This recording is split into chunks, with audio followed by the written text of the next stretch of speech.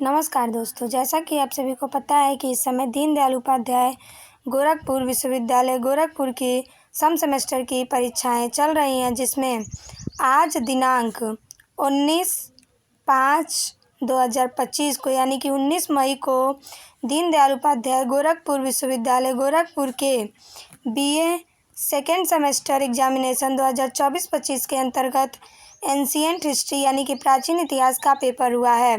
Paper का नाम था political history of India 600 BC to Shunga Kanva period. Paper code था AAC 102F और पेपर ID था 5744। आज हम इसके आंसर की को देखेंगे। तो अगर आप चैनल पर नए हैं तो चैनल को लाइक, शेयर और सब्सक्राइब करना न भूलें।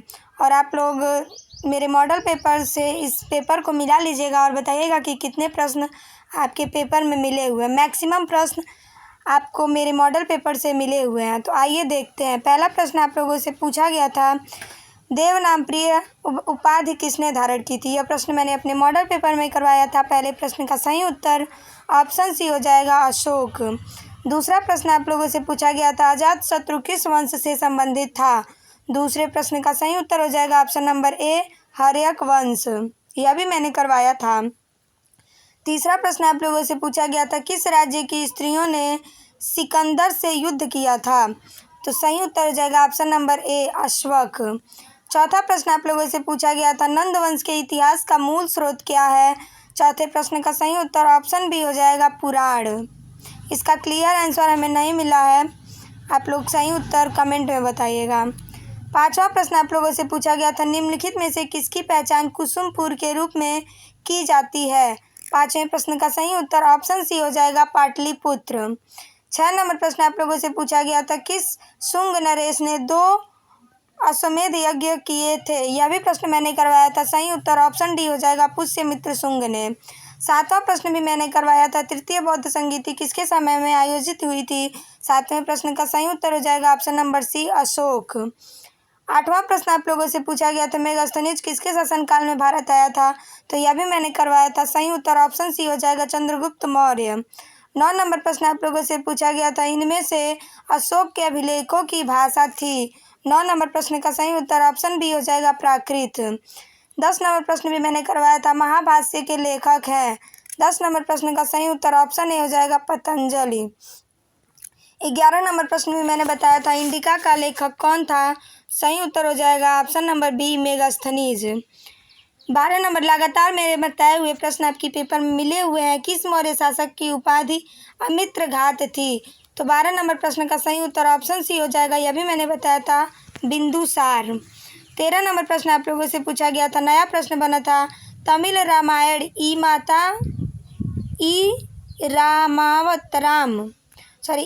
रामावतारम किसने लिखा था। तो सही उत्तर हो जाएगा ऑप्शन नंबर डी, कंबन ने। PDF थोड़ा धुंधला आ गया है क्योंकि आप लोग पेपर सही से नहीं भेजते हैं, तो आपसे रिक्वेस्ट है कि आप लोग पेपर सही से भेजा कीजिए। 14 नंबर प्रश्न है, मृच्छकटिकम किसकी रचना है। सही उत्तर हो जाएगा ऑप्शन नंबर ए, शूद्रक की। 15 नंबर प्रश्न आप लोगों से पूछा गया था, मौर्य काल में पढ़ क्या था। 15 नंबर प्रश्न का सही उत्तर ऑप्शन ए हो जाएगा, चांदी का सिक्का। 16 नंबर प्रश्न भी मैंने करवाया था, सुदर्शन झील का निर्माण सर्वप्रथम किसने कराया था। 16 नंबर प्रश्न का सही उत्तर ऑप्शन डी हो जाएगा, चंद्रगुप्त मौर्य ने। 17 नंबर प्रश्न आप लोगों से पूछा गया था, अशोक ने अपने किस शासन वर्ष में लुम्बिनी की यात्रा की थी। तो 17 नंबर प्रश्न का सही उत्तर ऑप्शन सी हो जाएगा, 20वें वर्ष। 18 नंबर भी प्रश्न मैंने करवाया था, अष्टाध्यायी के लेखक कौन है। 18 नंबर प्रश्न का सही उत्तर ऑप्शन बी हो जाएगा, पाणिनि। 19 नंबर प्रश्न भी मैंने करवाया था, त्रिपिटक संबंधित है। 19 नंबर प्रश्न का सही उत्तर ऑप्शन डी हो जाएगा, बौद्ध धर्म से। 20 नंबर प्रश्न भी मैंने करवाया था, कण्व व राजवंश का संस्थापक कौन था। 20 नंबर प्रश्न का सही उत्तर ऑप्शन सी हो जाएगा, वासुदेव, मैंने करवाया था। आप लोग जाकर मेरे मॉडल पेपर को ज़रूर देखें। 21 नंबर प्रश्न आप लोगों से पूछा गया था, किस काल को वैदिक पुनर्जागरण का काल कहा जाता है। तो 21 नंबर प्रश्न पे हमें थोड़ा डाउट है क्योंकि आंसर मुझे गुप्त काल मिल रहा हुआ है, लेकिन मैं ऑप्शन डी के साथ जाऊंगी, शुंग काल। अगर आप लोग को सही उत्तर मिले तो आप लोग कमेंट में ज़रूर बताएं। 22 नंबर प्रश्न है कि अर्थशास्त्र में कुल कितने अधिकरण हैं। 22 नंबर प्रश्न का सही उत्तर ऑप्शन बी हो जाएगा 15। 23 नंबर प्रश्न आप लोगों से पूछा गया था, अशोक ने धम्म यात्रा में कुल कितनी रातें व्यतीत की। 23 नंबर प्रश्न का सही उत्तर ऑप्शन सी हो जाएगा 256। 24 नंबर प्रश्न आप लोगों से पूछा गया था, प्रसेनजीत किस महाजनपद का राजा था। तो मैंने बताया था कि ये कौशल देवी का भाई था। तो सही उत्तर ऑप्शन बी हो जाएगा कौशल महाजनपद का। 25 नंबर प्रश्न आप लोगों से पूछा गया था, निम्नलिखित में से किस गणराज्य के साथ अजातशत्रु ने 16 वर्षों तक युद्ध किया।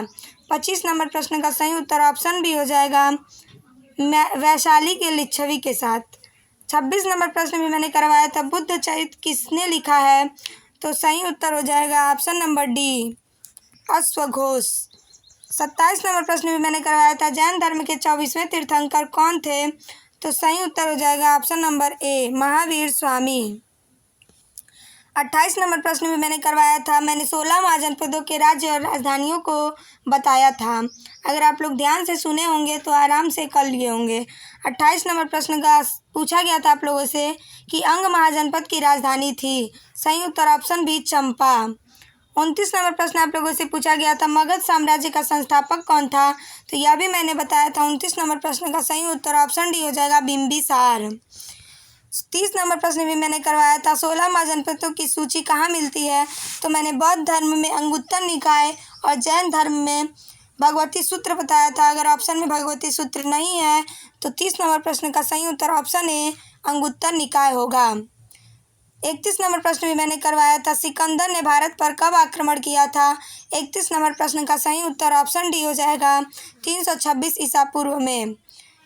32 नंबर प्रश्न भी मैंने करवाया था, मैंने ऐसे बताया था कि चंद्रगुप्त मौर्य किस धर्म को मानता था। तो वह जैन धर्म को। तो इस प्रकार 32 नंबर प्रश्न का सही उत्तर ऑप्शन बी होगा चंद्रगुप्त मौर्य। प्रश्न आप लोगों से पूछा गया था, किस शासक ने अपने अंतिम समय में जैन धर्म को धारण किया था। तो वह चंद्रगुप्त मौर्य था। 33 नंबर प्रश्न आप लोगों से पूछा गया था, सेंड्रोकुटस का समीकरण चंद्रगुप्त मौर्य से किसने सर्वप्रथम स्थापित किया था। तो यह भी मैंने बताया था। 33 नंबर प्रश्न का सही उत्तर ऑप्शन डी हो जाएगा विलियम जोन्स ने। 34 नंबर प्रश्न भी मैंने बताया था, अर्थशास्त्र का लेखक कौन था। तो 34 नंबर प्रश्न का सही उत्तर ऑप्शन सी हो जाएगा कौटिल्य। मैंने बताया था कि कौटिल्य के 3 नाम हैं, विष्णुगुप्त, चाणक्य और कौटिल्य। यह भी मैंने करवाया था। आप लोग जाके मॉडल पेपर को ज़रूर देखें। सिर्फ मैंने एक मॉडल पेपर बनाया था जिसमें आप लोग को सभी प्रश्न अधिकतर मिले हुए हैं। 35 नंबर प्रश्न भी मैंने करवाया था, अवंती महाजनपद की राजधानी थी। तो सही उत्तर हो जाएगा ऑप्शन नंबर डी उज्जैनी या महिष्मती मैंने बताया था। तो इसमें उज्जैनी था। तो इस प्रकार 35 नंबर प्रश्न का सही उत्तर ऑप्शन डी हो जाएगा। 36 नंबर प्रश्न भी मैंने करवाया था, अशोक ने राज्याभिषेक के किस वर्ष कलिंग युद्ध लड़ा था। 36 नंबर प्रश्न का सही उत्तर ऑप्शन ए हो जाएगा 8वें वर्ष यानी कि 261 ईसा पूर्व में। 37 नंबर प्रश्न भी मैंने करवाया था, चंद्रगुप्त मौर्य ने सेल्यूकस को कब पराजित किया था। 37 नंबर प्रश्न का सही उत्तर ऑप्शन सी हो जाएगा 305 ईसा पूर्व में। 38 नंबर प्रश्न भी आप लोगों को मैंने करवाया था, किसने मौर्य सम्राट बृहद्रथ की हत्या की थी। तो मैंने बताया था पुष्यमित्र शुंग ने बृहद्रथ की हत्या करके शुंग वंश की नींव डाली थी। तो 38 नंबर प्रश्न का सही उत्तर ऑप्शन डी होगा इनमें से कोई नहीं। 39 नंबर प्रश्न भी मैंने करवाया था, किस शासक ने युद्ध में रथ, मूसल और महाशिला कंटक नामक हथियारों का प्रयोग किया था। 39 नंबर प्रश्न का सही उत्तर ऑप्शन डी हो जाएगा अजातशत्रु। 40 नंबर प्रश्न आप लोगों से पूछा गया था, मौर्य साम्राज्य के शासन व्यवस्था पर प्रकाश डालने वाला ग्रंथ। तो यह आप सभी को पता होगा। इस प्रश्न का सही उत्तर ऑप्शन भी हो जाएगा अर्थशास्त्र, क्योंकि उसी समय अर्थशास्त्र ग्रंथ की रचना हुई थी। 41 नंबर प्रश्न भी मैंने करवाया था, प्रथम बौद्ध संगीति किसके समय में आयोजित हुई थी। तो 41 नंबर प्रश्न का सही उत्तर ऑप्शन बी हो जाएगा अजातशत्रु। 42 नंबर प्रश्न आप लोगों से पूछा गया था, चंद्रगुप्त मौर्य के नाम का उल्लेख किस अभिलेख में मिलता है। तो मैंने रुद्रदामन का जूनागढ़ अभिलेख बताया था। 42 नंबर प्रश्न का सही उत्तर ऑप्शन सी हो जाएगा। 43 नंबर प्रश्न आप लोगों से पूछा गया था, निम्नलिखित में से कौन सा क्षेत्र मौर्य साम्राज्य में सम्मिलित नहीं था। तो इस समय इस पे भी हमें थोड़ा डाउट है, लेकिन मैं ऑप्शन बी के साथ जाऊंगी, दक्षिणी भारत। आगे देखते हैं, 43 नंबर हो गया। 44 नंबर प्रश्न भी मैंने करवाया था, नंद वंश की स्थापना किसने की थी, तो मैंने बताया था सही उत्तर ऑप्शन भी होगा महापद्म नंद ने। 45 नंबर प्रश्न आप लोगों से पूछा गया था, महाभारत का कौन सा पर्व सबसे बड़ा है, तो 45 नंबर प्रश्न का सही उत्तर ऑप्शन ए हो जाएगा शांति पर्व। 46 नंबर प्रश्न आप लोगों से पूछा गया था, काला शोक किस वंश से संबंधित था, तो इस प्रश्न यह भी प्रश्न मैंने करवाया था, सही उत्तर ऑप्शन सी हो जाएगा शिशुनाग वंश से। 47 नंबर प्रश्न आप लोगों से पूछा गया था, किसे पंचम वेद कहा गया है, तो इसमें सही उत्तर मुझे ऑप्शन बी लग रहा है पुराण। 48 नंबर प्रश्न आप लोगों से पूछा गया था, सिकंदर के आक्रमण के समय तक्षशिला का शासक कौन था, तो 48 नंबर प्रश्न का जो सही उत्तर वो ऑप्शन ए होगा आम्भी। 49 नंबर प्रश्न आप लोगों से पूछा गया था, शाक्य वंश की राजधानी थी, तो 49 नंबर प्रश्न का सही उत्तर ऑप्शन डी हो जाएगा कपिलवस्तु। और 50वां और अंतिम प्रश्न आप लोगों से पूछा गया था, भारत की प्राचीनतम लिपि है, 50 नंबर प्रश्न का सही उत्तर ऑप्शन ए हो जाएगा ब्राह्मी। इस प्रकार मैंने आप लोगों को दीनदयाल उपाध्याय गोरखपुर विश्वविद्यालय गोरखपुर के BA द्वितीय सेमेस्टर विषय प्राचीन इतिहास का जो आज पेपर हुआ है, पेपर कोड AAC 102F के 50 क्वेश्चन के आंसर की को सही और सटीक देने का प्रयास किया है। इसमें जो भी त्रुटियां होंगी आप लोग हमें क्षमा कीजिएगा और कमेंट के माध्यम से सही उत्तर ज़रूर बताइएगा। आपका अगला पेपर अच्छा हो। मैं आप लोग के लिए पॉलिटिकल के लिए क्वेश्चन आज कुछ देर में अपलोड कर दूंगी, आप लोग देख लीजिएगा।